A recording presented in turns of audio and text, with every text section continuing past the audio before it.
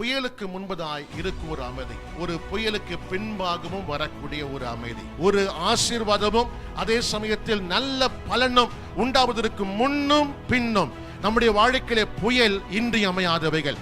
இந்த சங்கீதத்தினுடைய இந்த 3 தாற்பயங்கள் மிகவும் முக்கியம். ஒன்று, தேவன் தம்முடைய தேவையை கர்த்தர் இங்கே வைத்திருக்கிறார். என்ன தேவை அது? எல்லா தேசங்களும் கர்த்தரை அறிந்து கொள்ள வேண்டும். 2, கர்த்தருடைய மெத்தட், என்ன முறையில கர்த்தர் அதை செய்கிறார்.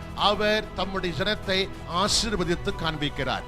நீங்கள் இவர்களே போல் என்னை நீங்கள் வணங்கினால், கீழ்ப்படிந்தால், ஒப்பு கொடுத்தால் உங்களை நான் ஆசீர்வதிப்பேன் என்று சொல்லி ஒரு முறையை ஒன்று ஆண்டு வைத்திருக்கிற மெத்தடாலஜி. 3வதாக பர்பஸ். அவருடைய பர்பஸ் என்னது? எந்த மனுஷன் தன்னுடைய ஆதி நிலையை அவன் இழந்தானோ அதை திரும்பவும் அவன் பெற்றுக்கொள்ள வேண்டும். இந்த புயலுக்கு ஒரு முடிவு நிச்சயமாய் உண்டு. இந்த புயல் ஓய்ந்து விடும், என் வாழ்க்கையிலே ஒரு அமைதி வரும். அல்லேலூயா.